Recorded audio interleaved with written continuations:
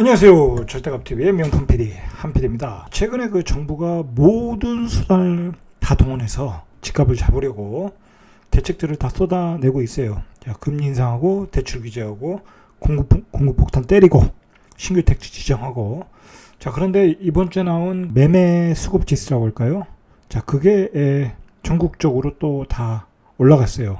자, 매수자 우위 시장이 계속되고 있다라는 거죠.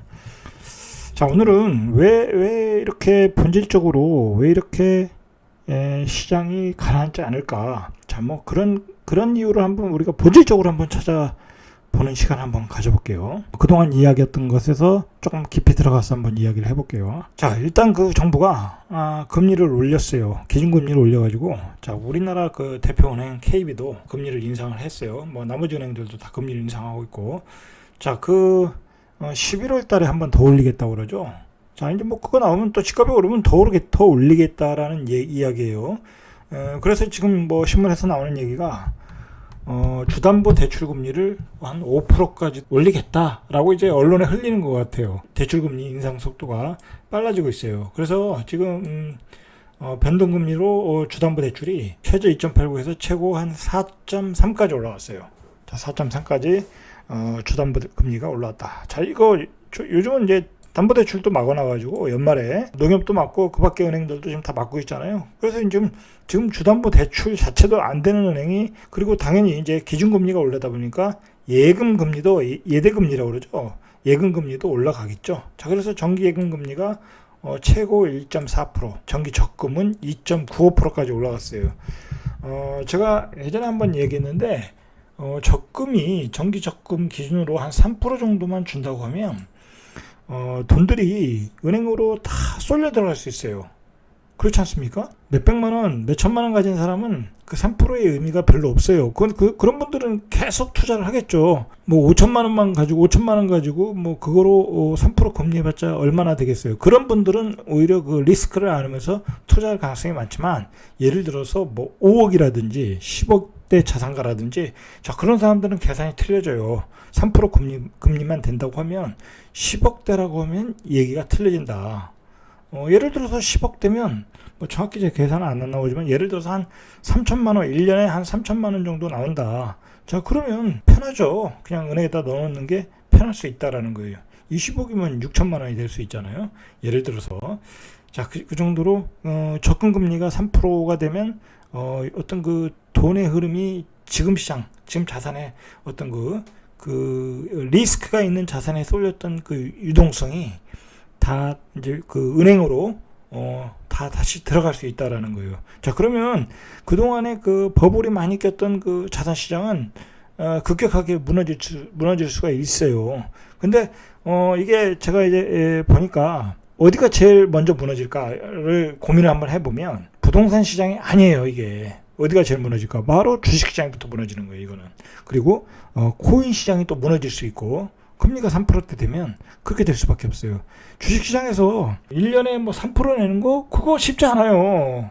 예를 들어서 주식시장이 계속 하락장이 된다고 하면 더 오히려 손해를 볼 수 있어요. 안전한 자산으로 옮겨갈 수 있어요. 그리고 지금 주식시장은 작년부터 올해까지 오른 거 생각하면 거의 1년 뭐 8개월, 9개월째 되고 있잖아요. 그죠? 그러면 이제 거의 고점에 와서 조정 구간으로 들어갈 수 있기 때문에 대거 어떤 주식 투자에서 돈들이 빠져나와서 은행으로 갈 수 있다라는 거예요. 자, 어쨌든 지금 정부가 금리 인상 속도를 높였다. 뭐 미국은 꼼짝도 안 하고 있는데 아직 금리 인상은 갈 길이 멀다고 파월 의장이 얘기하는데, 우리는 주택 시장을 잡기 위해서 금리를 올리고 있다라는 거예요. 그리고 앞으로도 올릴 계획이다. 자, 이제 초저금리 시대가 문을 닫고 있다. 자, 그래서 안전자산이 은행으로 벌써 이동을 하고 있다라는 걸 우리가 지금 감지를 해야 되는 게 중요한 것 같아요. 자, 지금 대출은 조이는데 빚은 계속 늘고 있다고 그래요. 지금 급격하게 대출을 막겠다고 하니까 오히려 사람들이 지금 뭐 그 대출을 막기 전에 마이너스 통장을 만들고 대출을 지금 바짝 더 땡겨서 쓰기 때문에 오히려 지금 대출이 늘고 있다고 그래요. 국민은행에서 지금 새로 전세자금 대출을 받을 때 소비자 금리가 기존에 2.64에서 3.84였다고 그래요. 근데 지금 최저금리가 2.79에서 3.99, 거의 4%대가 됐다고 그래요. 자, 정부가 이렇게 대출을 규제하는 것은 전세 시장으로 돈들이 많이 쏠려 들어가는 것도 막겠다라는 의지가 있어요. 대한민국에서 이렇게 집값이 올라가는 것은 거의 다 갭 투자 때문에 올라가는 거예요. 갭 투자를 누가 어떤 조건에서 갭 투자가 되겠어요? 전세 끼고 갭 투자가 되는 거잖아요. 자, 그러면 그 사람들이 그 많은 전세 자금을 어디서 가지고 오겠어요? 다 대출을 받아 가지고 오잖아요. 사실은 우리나라 집값을 잡는 것은 간단해요. 전세 자금 대출을 줄여버리면 돼요. 자, 그러면 갭 투자를 못 하잖아요. 그죠? 그리고 기존의 담보 대출을 줄이고. 자, 그러면 간단해요. 집값을 잡을 수 있어요. 좌파 여당도. 자, 그런데 그걸 못 하는 거죠. 그렇게. 예를 들어서 지금 많은 중산층들이 전세로 살고 있는데 거기다 대고 전세 대출을 막는다. 자, 그리고 그럼 전세 대출 막으면 다 월세로 전환해야 되잖아요. 그러면 난리가 나겠죠. 그 정권은 지탱할 수가 없는 거예요. 그래서 전세자금 대출을 못 막는 거예요. 자, 그러나 지금 정부가 전세자금 대출도 연말로 갈수록 지금 막고 있어요. 막고 있다. 집값이 너무 폭등하니까 그런 문제가 있다라는 거예요. 근데 지금 전세자금 대출 금리도 올라가고 있다. 이렇게 금리를 올려가지고 전세자금 대출에 대한 수요를 줄이려는 의지라고 봐야 되죠. 자, 그런데 이게 우리가 이제 이런 저금리 시대의 그 큰 문제가 뭐냐면 이 개인 투자자들의 어떤 B2예요, B2. 자, 이게 최근에 주식시장의 어떤 그 B2, 신용 담보 대출이라고 그러죠. 주식을 담보로 주식을 산 게 한 25조라고 그래요, 작년부터.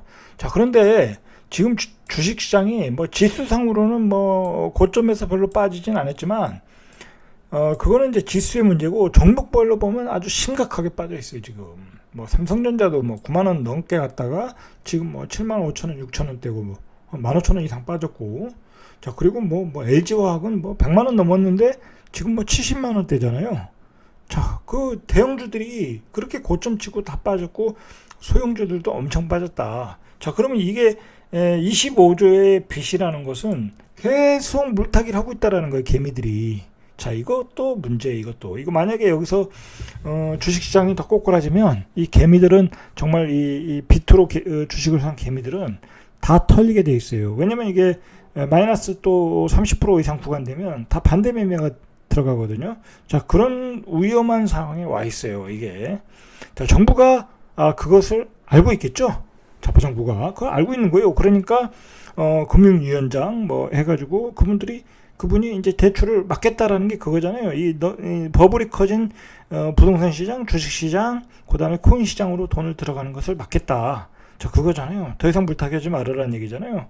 자, 그것은 어떻게 보면 맞는 거예요. 맞는 거. 틀린 얘기는 아니에요. 틀린 얘기는 아니다. 그러나 이제 선의의 피해자들이 생긴다는 게 문제죠. 정부가 기준금리를 올리자마자 무슨 현상이 생겼냐면 5대 은행 정기예금 잔액이 기준금리 인상 다음 날에 1조가 늘었다고 그래요. 다 이렇게 금리에 민감한 거예요. 큰 돈의 흐름은. 우리가 그래서 이 금리와 환율을 모르면 주식 투자도 할 수 없고 주식 투자를 할 수가 없는 거예요. 이건 모르면 안 되는 거예요. 정기예금으로 자금이 이동하는 머니무브 현상이 생겼다. 자, 7월 말 기준으로 보니까 510조 6천억 정도가 있었는데, 자, 그때 비교하니까 지금 4조 이상이 이동을 했다. 자, 그러니까 11월에 한 번 더 올리면 또 더 많은 돈이 오겠죠. 자, 그러니까 이게 예대금리가 3%대가 돼버리면 바로 이제 제일 먼저 타격을 보는 것은 주식시장이에요. 주식시장. 굳이 위험한 주식에 투자할 필요가 없죠. 주식이라는 것은 뭐 올라가는 기간 반이고 내려가는 기간 반이에요, 결국은. 자, 그러니까 내가 굳이 내려가는 기간에 주식을 들고 있을 필요가 없는 거예요. 안전하게 은행에 넣어놨다가 말 그대로 또 다른 폭락 기간이 오면 뭐 그때 주식 사러 들어가면 되는 거잖아요. 굳이 거기서 담궈둘 필요가 없다라는 거죠. 자, 그래서 예대금리 3%대가 되면 주식시장도 타격이 가고, 그리고 또 하나 타격받는 데가 있어요. 상가시장. 자, 상가 뭐 요즘 상가가 거의 공급과잉이잖아요. 뭐 거의 그 시행사들이 거의 뭐 상가에서 뭐 다 뽑아 먹으려고 엄청나게 지어야 되잖아요. 자, 그러다 보니까 상가가 이 수익률이 뭐 3% 나오면 잘 나와요. 3% 나오면 잘 나오는데 그것도 임대가 잘 나가는 곳이 3%. 나가는 곳이 3%예요. 자, 그러니까 임대가 안 나가는 곳도 있고 3%가 안 되는 곳이 더 많다. 자, 상가시장은 어쨌든 지금 이러한 금리 인상 현상이 주택시장에는 전혀 영향을 주지 못하고 있어요. 효과가 나타나지 않고 있는데 점차적으로 올리면 중장기적으로는 분명히 영향을 줄 수가 있어요. 이게 우리가 계속 보유세를 또 올리죠. 종부세 올리죠. 거기다 금리까지 인상하죠. 결국은 이게 더블 악재를 맞으면서 중장기적으로는 영향을 분명히 줄 거예요. 자, 그거에 대비는 하셔야 되는 거예요. 자, 이게 문제는 주택시장이에요. 이렇게 금리 인상을 하고 대출 억제를 했는데도 이번 주 나온 수치를 보면 여전히 불장이라는 게 문제예요. 이게 전국적인 불장이 돼버렸어요. 자, 이게 신문 타이틀이에요. 금리 인상에도 여전히 집을 사자는 심리가 강하다라는 거예요. 자, 그래서 아파트 매수 심리가 뭐 한 1, 2주 전에 조금 주춤했거든요. 조금 떨어졌거든요. 올라오는 기세가 떨어졌다는 거죠. 뭐 하락이 됐다는 건 아니에요. 기세가 좀 주춤했는데 다시 반등을 했다. 금리 인상을 하자마자. 자, 이게 문제라는 거예요. 자, 전국 수도권 서울 매수 심리가 한 주 만에 다시 다 커졌다라는 거예요. 전국이. 자, 서울에서는 다시 노도강 동부권 매수세가 가장 강했다라는 거예요. 자, 3일 한국부동산원이 발표한 8월 5째 주 매매 수급 지수를 통계를 보면 전국 아파트 매매 수급 지수가 지난주 대비 0.8포인트 오른 108이 됐다고요. 108 매수자 우위 시장이 되어 있다는 거예요. 전국적으로. 자, 구체적으로 보면 수도권은 더욱 불장해요. 지난주 예를 들어서 110이었는데 110으로 하락을 했어요. 자, 그런데 수도권 매매 수급 지수가 이번 주 들어서 111.7이 됐다고 그래요. 다시 올라오기 시작했다라는 거예요. 자, 서울도 107에서 105로 줄어들었다가 사자 심리가 다시 106으로 반등을 했다. 떨어졌다. 다시 올라오고 있다라는 거예요. 금리를 인상했음에도 불구하고. 자, 경기도도 113에서 114. 요즘 최근에 가장 강한 장이 인천장이잖아요. 인천이 113에서 114.8. 자, 모두가 이렇게 사자가 더 많아지고 있다. 이게 왜 그럴까? 우리가 한번 생각을 해봐야 돼. 이게 왜 그럴까? 이해가 안 가는 거죠. 자, 이게 전국도 뜨거워요. 5대 광역시 매매 수급 지수는 103에서 104로 올라왔고, 자, 8개 도는 104.9에서 105.2로 올라왔어요. 전국에서 매매 수급 지수가 100을 밑도는 곳은 매도자 우위 시장은 대구밖에 없죠. 자, 최근에 계속 하락했던 시장이 세종이죠. 계속 하락을 했어요. 근데 이 세종도 이번 주 들어 매매 수급 지수가 100에서 102로 매수자 우위로 넘어가고 있다라는 거예요. 자, 전국 시장이 다 불장이 돼버렸다는 거예요. 자, 이렇게 전국 시장이 불장이 된 것은 일단 정부가 신규 택지 지정 효과가 일단 컸어요. 일단 서울 수도권에서 반등을 하니까 뭐 그 사이에 전국 시장도 불장이고. 자, 그리고 문제는 이제 임대차 보호 3법이잖아요. 자, 그러면서 전세 가격이 올라오면서 뭐 매매가 육박을 하니까 전국에 이게 전세로 살 바에는 매매로 사자. 전세가 없으니까 또 매매로 사자. 자, 그런 상황에서 이렇게 신규 지정 효과가 나온 거죠. 자, 그러면서 GTX, 경기도는 GTX잖아요. 그게 이제 호재를 가지고 전 지역의 가격을 올리고 있다. 이게 문제가 뭐냐면 이 GTX만 오르는 게 아니라 GTX에서 먼 지역도 결국 갭매우기로 계속 올라가고 있다라는 게 문제예요. 금리 인상, 대출 규제, 공급 폭탄을 해도 시장은 정부가 기대한 대로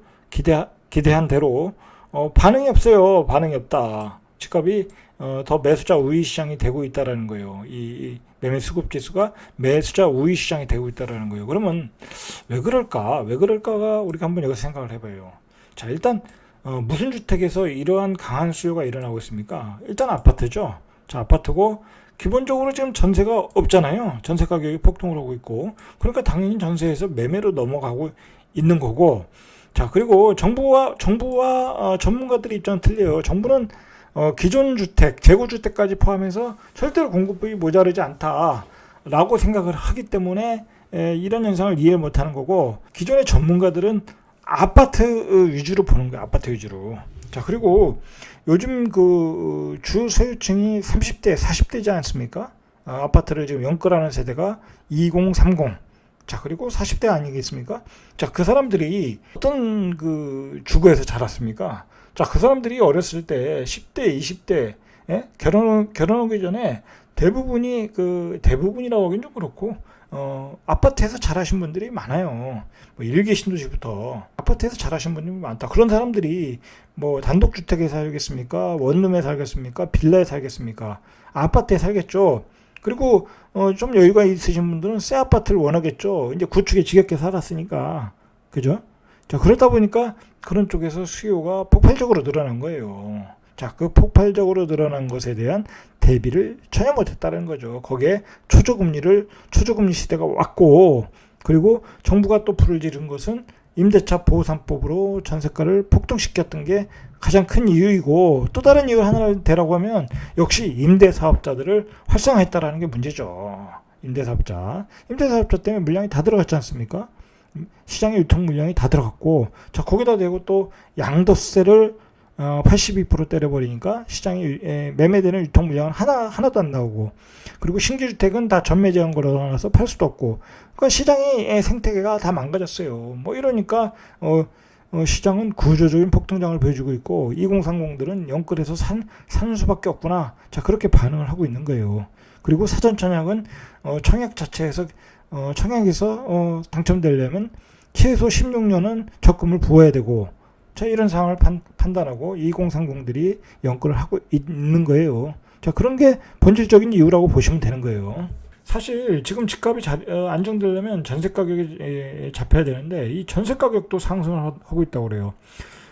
이번 주에 서울의 아파트 전세 수급 지수가 지난주보다 1.3포인트 오른, 좀 많이 올랐죠? 105.3이라고 그래요. 자, 이게 2019년 10월 넷째 주 이후에 1년 10개월 연속 전세 수요가 공급을 앞서고 있다라는 거예요. 그러니까 계속 모자르다. 계속 새롭게 시장에 진입하는 수요자들은 아파트를 찾고 있다라고 보시면 돼요.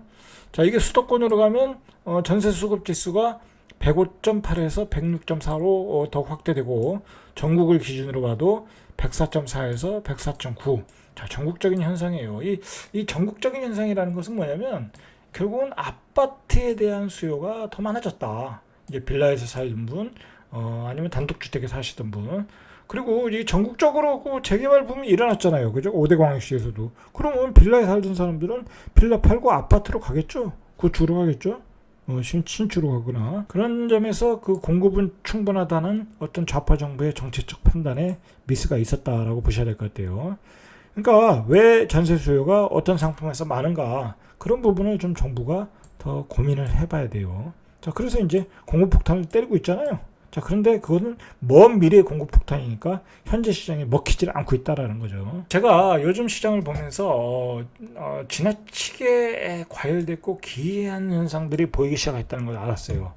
분명히 지금은 어떤 그 잘못된 그 주택 정책 때문에 시장이 왜곡돼서 가격이 형성되고 있는 거예요. 분명히 뭔가 그러니까 나중에 큰 문제가 될 수 있는데, 그런 징후들이 조금 보인다. 자, 이거 보시면 이거 일단 보시죠.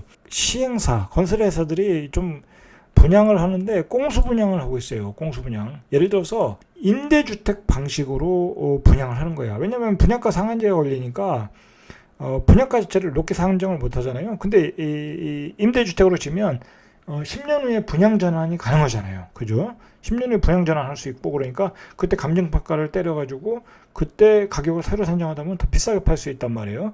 자, 그런데 그 임대주택으로 할 때 그 임대 가격, 그게 그렇게 싸질 않아요. 보니까 예를 들어서 그 임대 가격에서 벌써 건축비는 다 뽑고도 남을 정도로 높게 산정을 하더라는 거예요.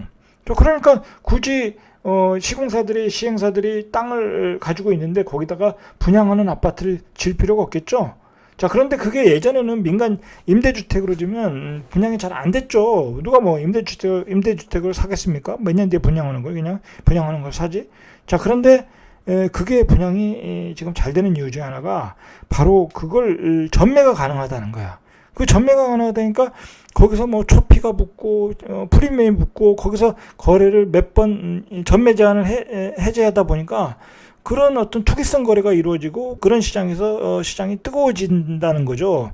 자, 그런 투기성 거래가 이루어지고 있다는 게 문제이고, 전혀 저 지역은 분양, 뭐 일반 아파트를 줘도 분양이 안 되고 임대 아파트를 줘도 분양이 안 될 지역, 별로 수요도 없는 지역에서 투기성 그 전매가 이루어지고 있다라는 게 문제라는 거예요. 이건 분명히 시장이 과열이고, 말 그대로 그냥 들어가서 돈 놓고 돈 먹기를 하고 있다라는 거예요. 자, 그런 지역을 한번 보시면, 자, 이게 신문에 선수 나왔어요. 주변 전셋값보다 비싼 민간 임대. 자, 그래서 수백 대 1의 경쟁률이 나오고 있다. 주변 전셋값보다 더 비싸게 내놓는다는 거예요. 자, 2일 롯데건설이 장기 임대 형태로 청약을 진행한 수지 구청역 롯데캐슬 227대 1이 나왔다고 그래요. 자, 전용 면적 8사니까 8사의 보증금이 8억 6천에서 8억 9천이라고 그래요. 사실 이 가격이면 이건 사실 분양 가격보다 더 높아요. 내가 보기엔. 도대체 이걸 분양하면 이게 얼마인지 모르겠어요. 제가 보기엔. 거기다 매달 임대료가 100만 원이래요. 자, 이거를 뭐 몇 년 뒤에 분양한다는 얘기도 정확히 없는 것 같고, 뭐 예를 들어서 뭐 보통 한 5년 뒤, 10년 뒤에 하잖아요.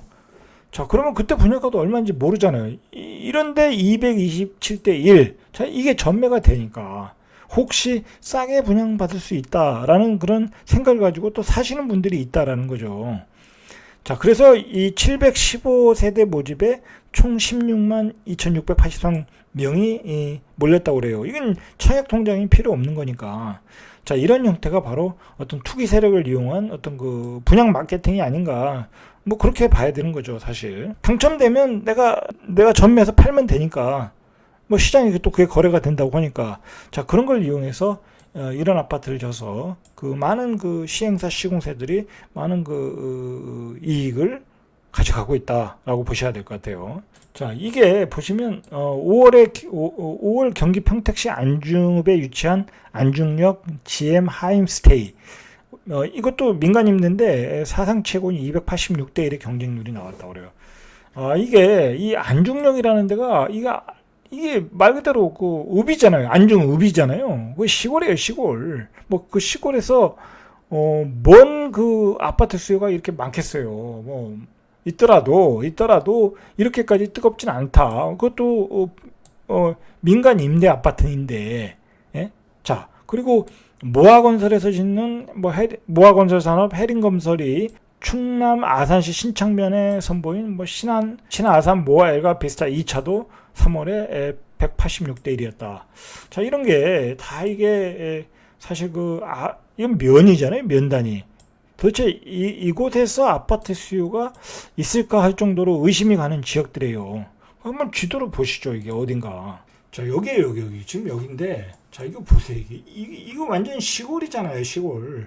자, 이런 곳에 임대 아파트. 뭐 사실 이런 곳에 분양 아파트를 줘도 분양도 잘 안 될 가능성이 있는 지역인데, 임대 아파트를 줘서 그게 뭐 경쟁률이 붙고 전매 제한이 풀려서 거래가 된다. 프리미엄이 붙는다. 분양권, 뭐 그리고 신축이면 뭐 그냥 뭐 최소한 몇 천은 붙는다. 뭐 그런 상품에 그냥 투기성 거래가 이루어지고 있다라고 보시면 될 것 같아요.